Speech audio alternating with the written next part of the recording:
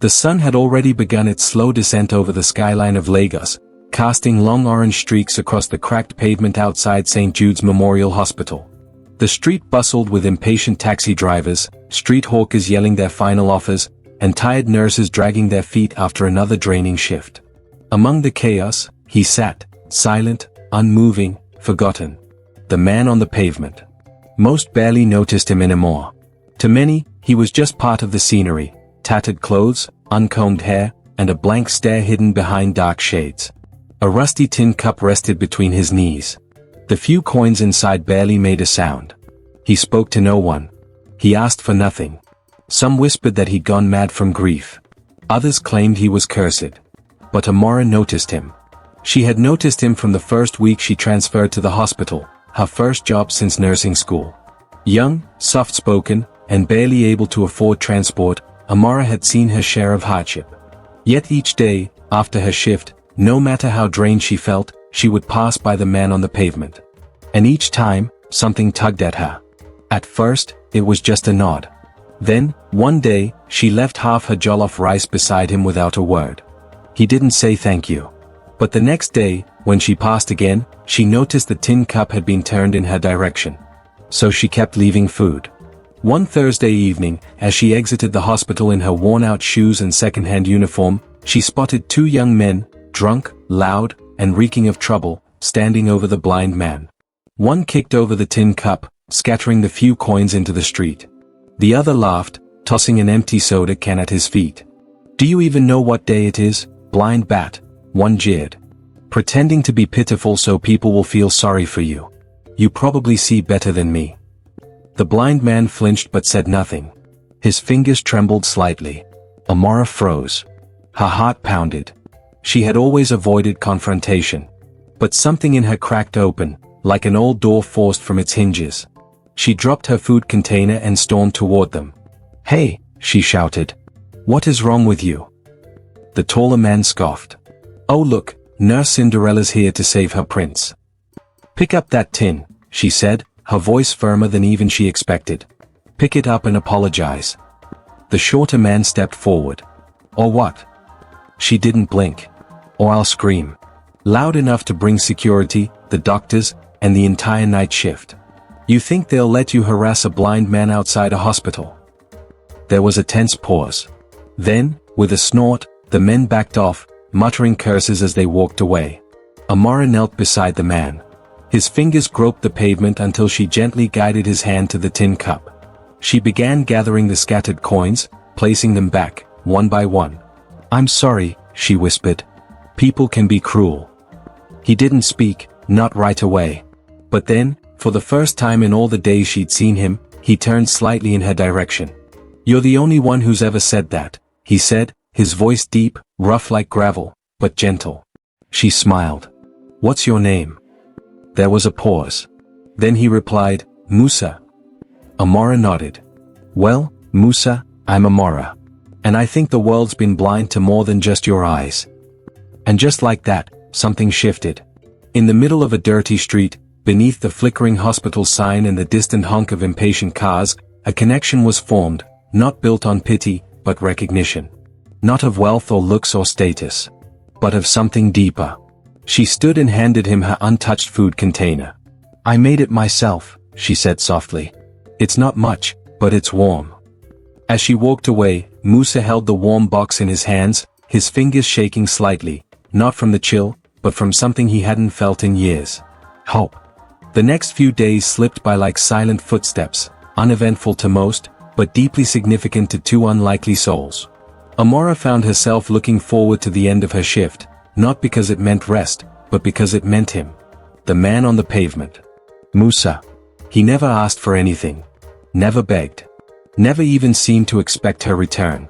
But each evening, he sat a little straighter, his head tilted slightly at the sound of her approach. And each evening, Amara came with something, leftovers, water, or just her presence. It had become their rhythm. One Monday evening, after another brutal 12-hour shift where a patient's family accused her of stealing a blanket, Amara walked out with slumped shoulders. Her feet ached. Her stomach growled, she had skipped lunch again to cover for a colleague. But when she saw him, sitting as always in his corner near the side gate, her spirit lifted just a little. Tonight, she brought Akara and Pap in a wrapped paper. She sat beside him on the edge of the pavement, ignoring the stares from passers-by.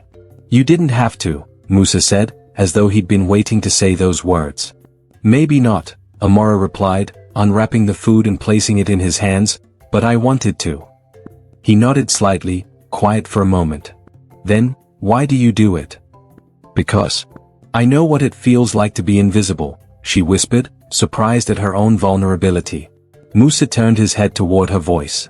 "You? Invisible?" Amara chuckled without humor. "I'm a nurse. People see the uniform, not the person.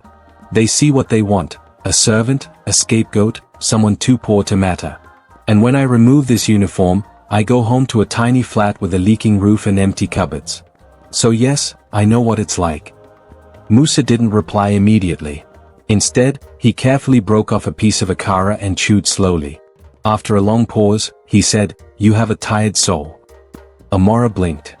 "That's an odd thing to say." "It's not an insult," he said. "It's just, I can hear it. In your breathing. The way you sigh when you sit down. The way you talk, like you're trying not to sound like you're breaking." She stared at him, stunned. "How do you know all that?" He gave a small smile. "When you lose your sight, your ears become your eyes." She didn't know what to say to that. Instead, she turned to look at the darkened sky above, feeling oddly seen, perhaps for the first time in a long time. They sat in silence for a while. People passed, and the world kept spinning, but in that small pocket of shared stillness, something grew. A question lingered in Amara's mind. She finally asked, softly, "What did you do, before this?" Musa hesitated. His fingers tightened slightly around the paper. "I taught literature," he lied. "At a private school. Until, well, I lost my sight. Everything changed." Amara nodded. It made sense. His speech had an elegance to it. His words carried weight. "Do you miss it?" she asked. "Every day."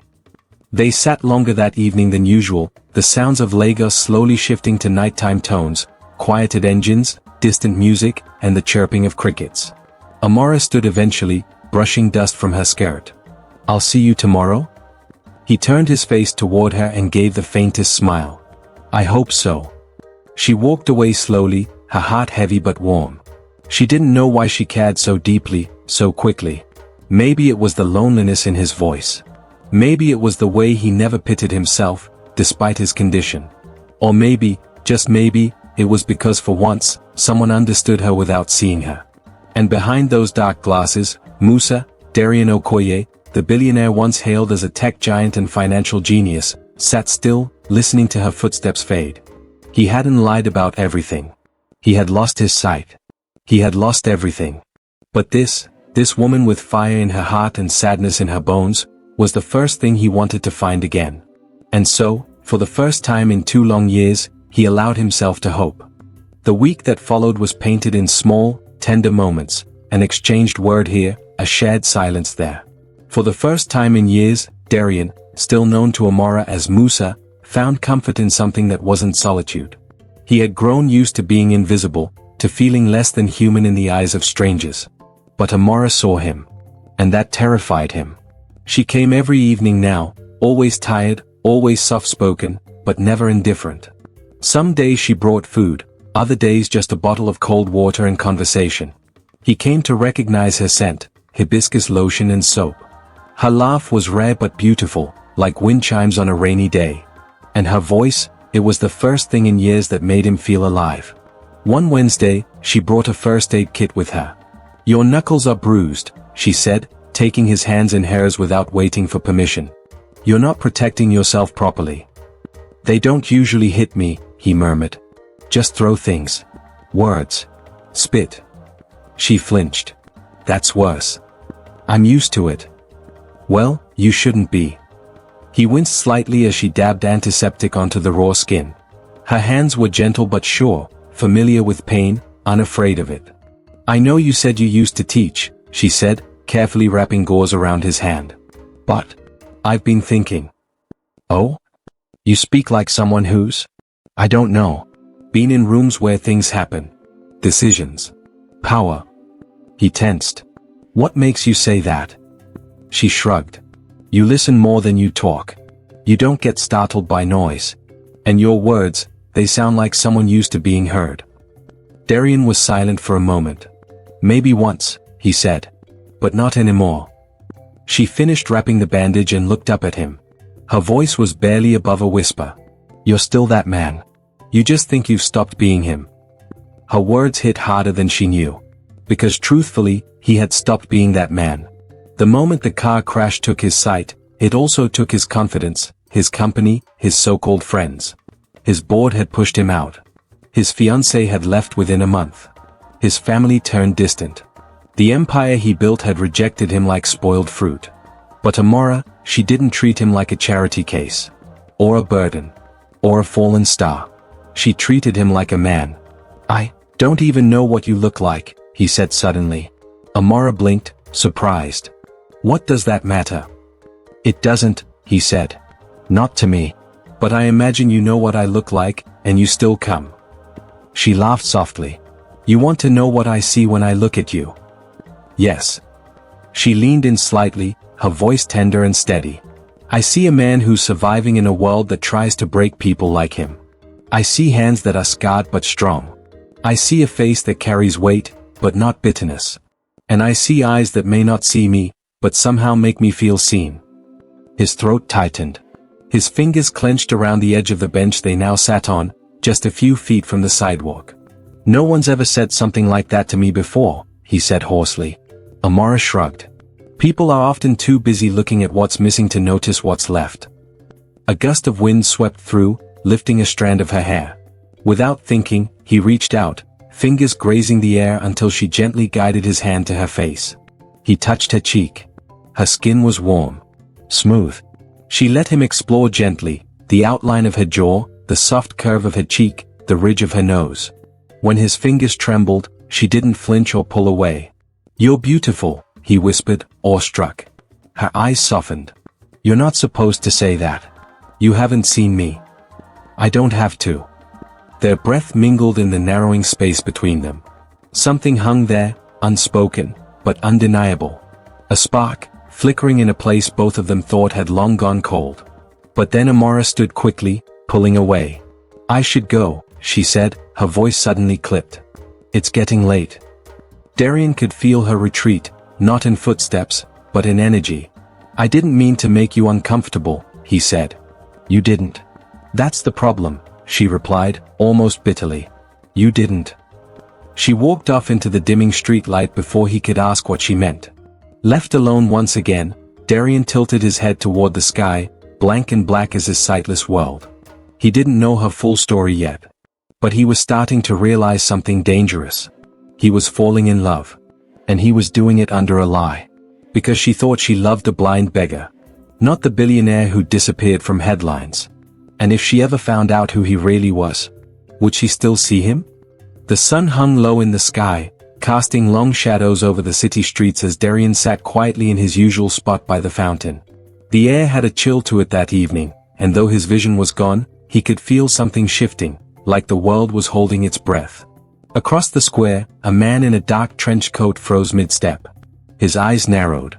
He stared at the blind beggar with the air of someone trying to match a forgotten memory with a living face. Darian, he whispered to himself. It can't be.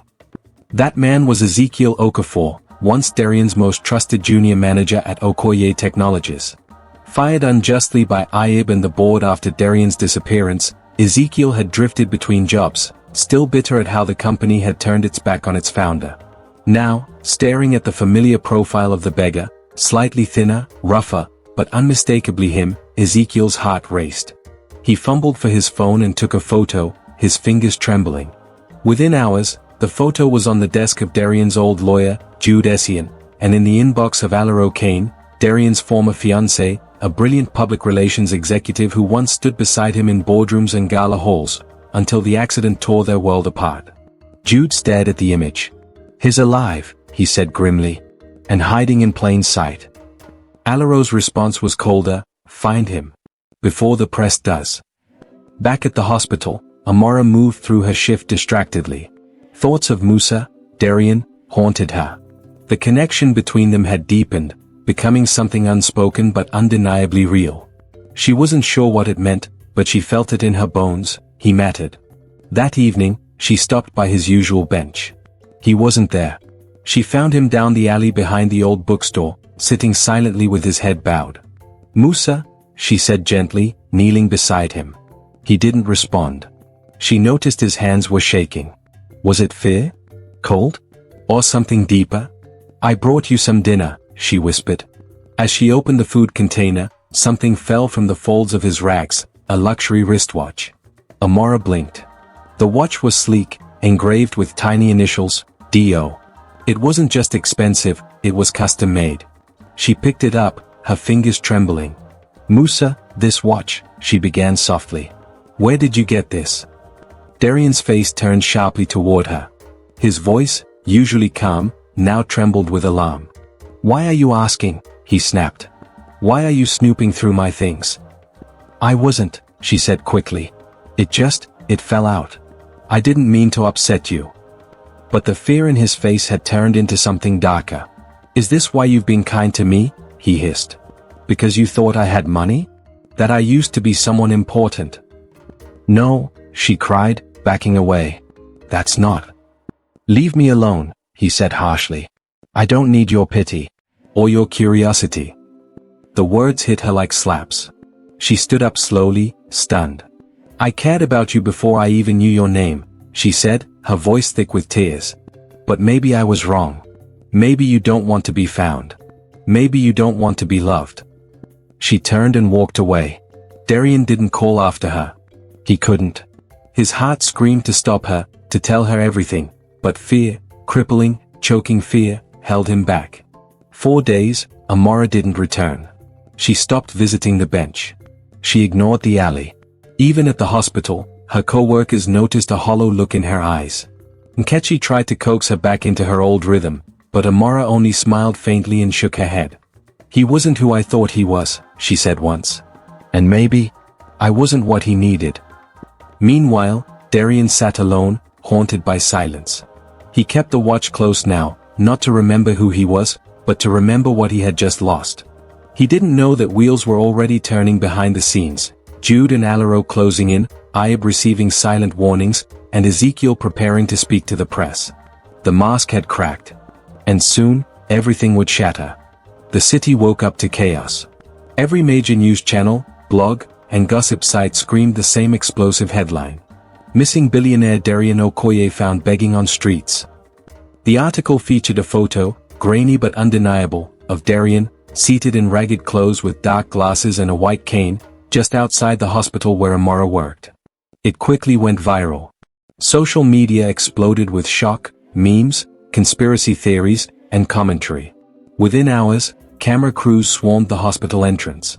By lunchtime, reporters had breached the ward floors. Nurses were questioned. Doctors were harassed. And at the center of it all was Amara, whose photograph now trended under cruel hashtags like #GoldDiggerNurse and #BillionaireTrap. Did you know who he was? Were you after his money? Is it true you seduced a vulnerable blind man? Each question was a dagger, hurled at her dignity in front of colleagues, patients, and the world. At first, Amara tried to speak up. "I didn't know who he was, I helped him because he needed it." But her words were lost in the media storm. The hospital's board, under pressure from public scrutiny and donors, called her in. "We're sorry, Nurse Amara," the director said, avoiding eye contact. "We have to let you go. The reputation damage is too great." A week later, her landlord, influenced by the media circus, gave her a notice to vacate.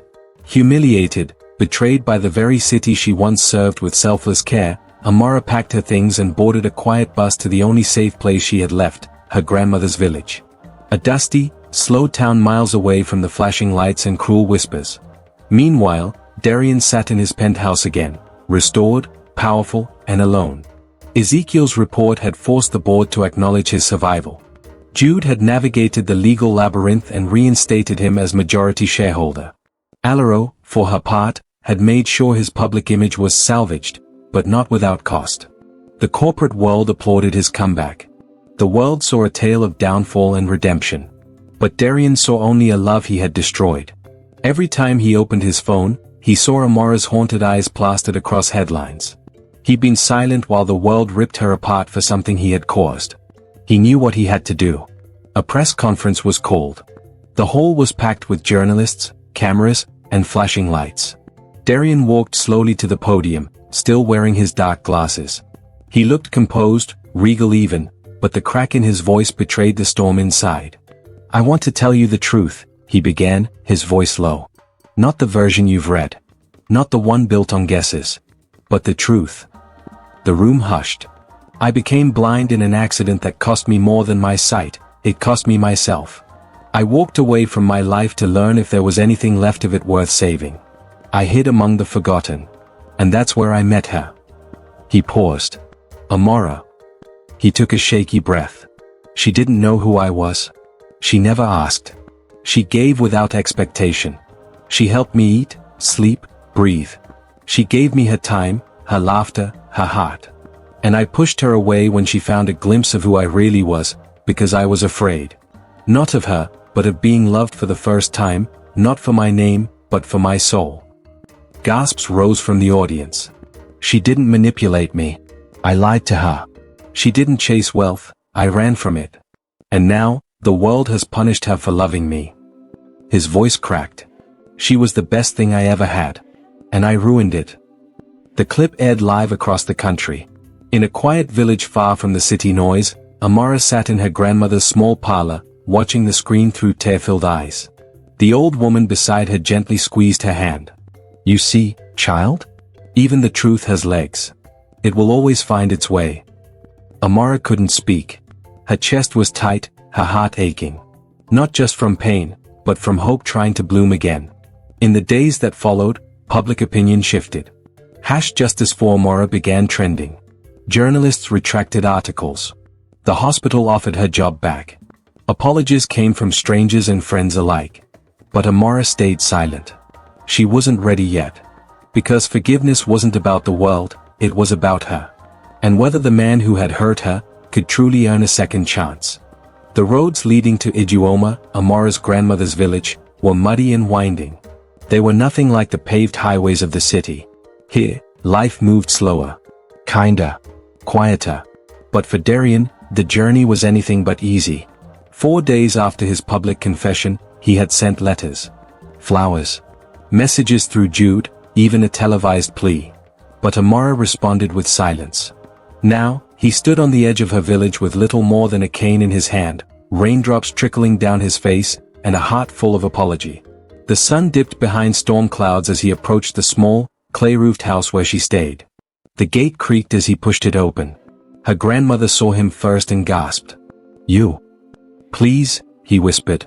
"Just, let me see her. Or let me wait." Amara came out minutes later, barefoot and wrapped in a shawl, her face unreadable. They stood in the rain, only a few feet apart. "Why did you come?" she asked coldly, arms folded. He didn't answer immediately. Instead, he removed his sunglasses, revealing eyes that still looked clouded but clearer than before. "I came, because I finally see you." She flinched slightly, her jaw tightening. "I trusted you," she said.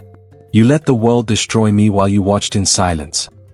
Darian fell to his knees. The mud soaked his pants. The rain flattened his curls. "I was a coward," he admitted, voice breaking. "Not because I was blind, but because I had never been loved like that before. You saw me when I was invisible. You held me when I felt worthless. And I destroyed that because I thought I didn't deserve it." He reached into his coat pocket and pulled something out. A rusty tin cup. The very one she had once picked up for him at the hospital when others laughed. "I kept this," he said softly. "It was the moment everything changed. You didn't just pick up a cup, you picked up my dignity." Amara's lip trembled. She looked down at the object in his hand, worn, faded, dented, and something inside her cracked open. "I don't want diamonds," he said. "Or red carpets. Or headlines. I just want you. Musa wants you. Darian wants you. All of me." Her knees gave way, and she knelt with him in the mud. Tears mixed with raindrops on her cheeks. She took the cup from his hand and held it tightly, like something sacred.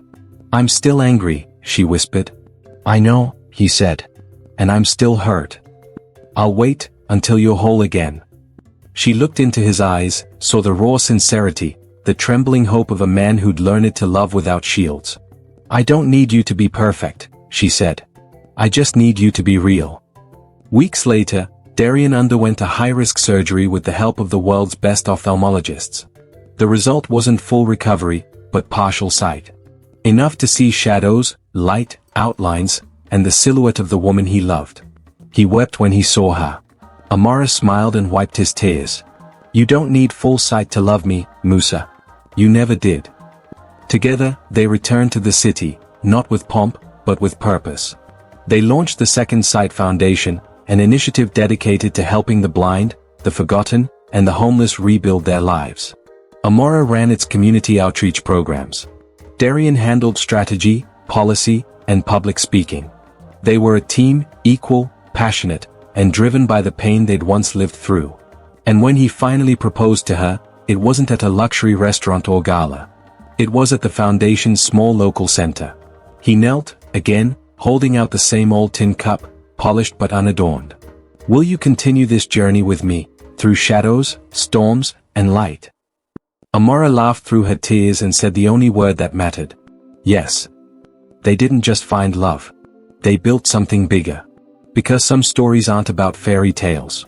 They're about sightless souls finding home in each other. Not by what the world sees, but by what the heart never forgets.